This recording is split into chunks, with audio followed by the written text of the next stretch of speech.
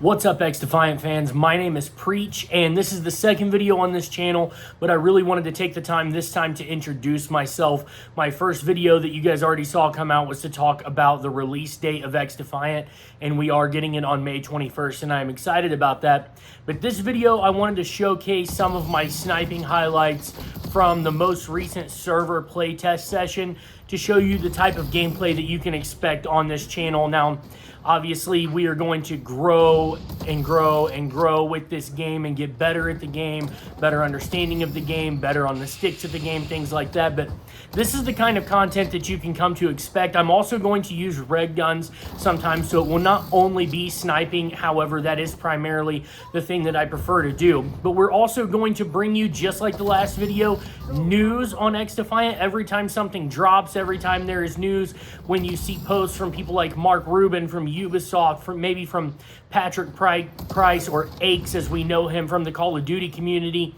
when they post or talk about XDefiant, I'm going to cover that right here on the channel, as well as bringing you awesome gameplay.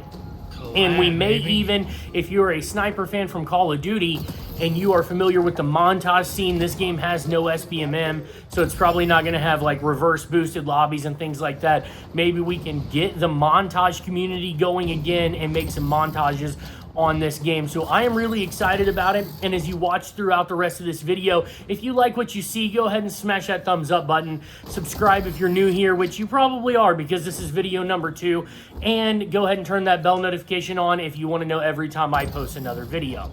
So let's go ahead and talk about my thoughts on XDefiant. I am excited that it is coming out on May 21st, but I wish it was sooner. So this is May 2nd while I'm recording this voiceover right now, and I just want to go home and play the game. I have a long work day today. It's a 16-hour work day, but because of that, I have tomorrow off work, and I really would just love to spend tonight playing XDefiant, but obviously I'm not going to be able to, but I'm that excited about the game, and here are the things that I'm most excited about. It is a true arena first-person shooter that feels like the older gen Call of Duties with a little bit of new gen excitement to it. So it doesn't have all of the crazy, wild slide canceling and stuff like that we have in modern Call of Duty. The gameplay doesn't exactly feel like Call of Duty, but it's still first-person shooter that can compete in that marketplace. However, this is not a Call of Duty killer. People that are saying that this is a COD killer, that's crazy. This is not a COD killer. It's not going to kill COD. It's not going to make COD die off. Call of Duty is like the best-selling game every year, always, every time. It occasionally gets randomly topped by like GTA 5 the year that came out, or actually Hogwarts Legacy this past year. But it is pretty rare for Call of Duty to not be the #1 selling game. So this is not going to be a COD killer. But what this is a very good COD alternative. If you are wanting a break from Call of Duty but to still play a first-person shooter, in my opinion, XDefiant is the way to go.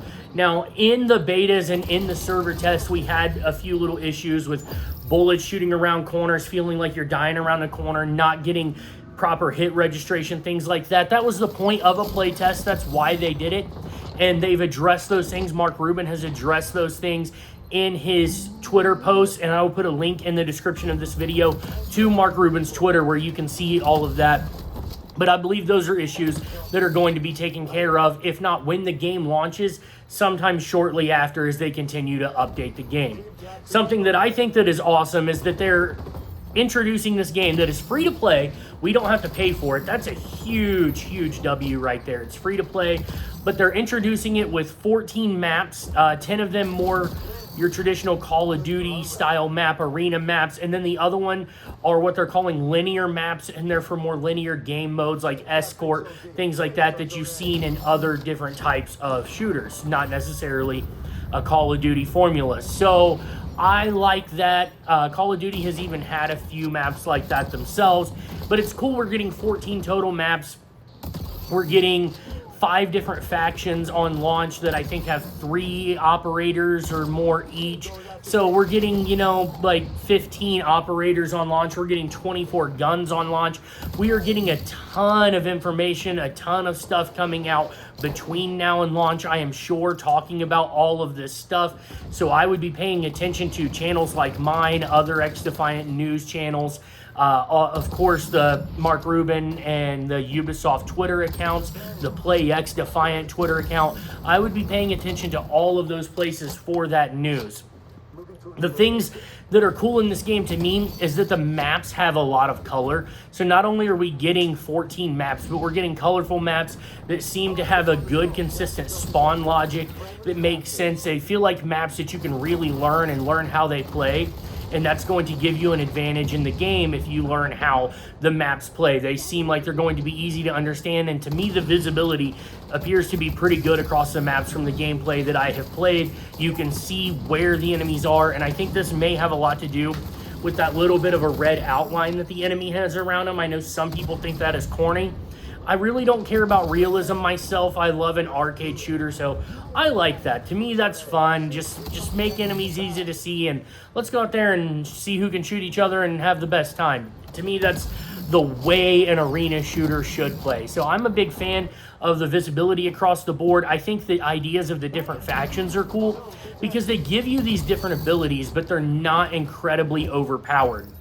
So, like the one I use all the time, I use the Phantom, and I use the little shield that you can shoot out, and it creates like a barrier in front of your player, and you can shoot through it, but the enemy team can't shoot back through it the other way. But it doesn't last an incredibly long time, but it can give you a big advantage in certain situations if you time it out and use it well. And both teams have the opportunity to pick from and use these things. So I think that's pretty cool. You know, the Libertad faction has things that heal you.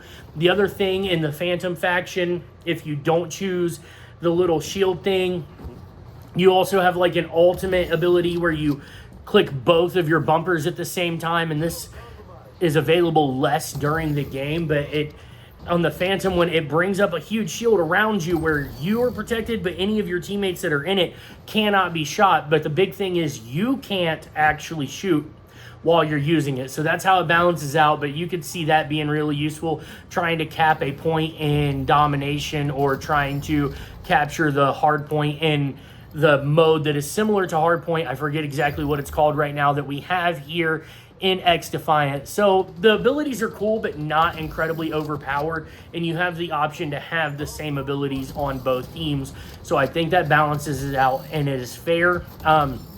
There is a riot shield in the game that one of your characters can get, and I am always pretty anti-riot shield, but the positive thing to me in XDefiant with the riot shield is that you actually like really lose some mobility when you're using the riot shield. You cannot just sprint around the map outrunning everybody else because it's considered a melee weapon and it's light, and be able to kill them from behind and melee them and chase them down.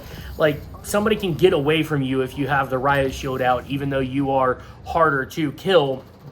So I think that's a pretty good balance for the riot shield. If you're gonna have one in the game, I wish we just didn't, but if you're gonna have one in the game, I think that is a pretty good balance for it.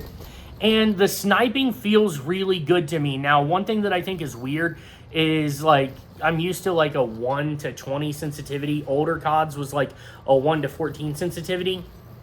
Instead, you're balancing by large numbers. Like, I was running a 50-50 sensitivity, and I think that may have even been slow, and that sounds really high, but that's pretty medium sensitivity in this game. My buddy Red Cell Chase, he was running a 60-60 sensitivity, and that felt good to him. So sensitivity is something to me that you're gonna have to play around with, probably adjust the numbers a lot more to figure it out than you do in Call of Duty.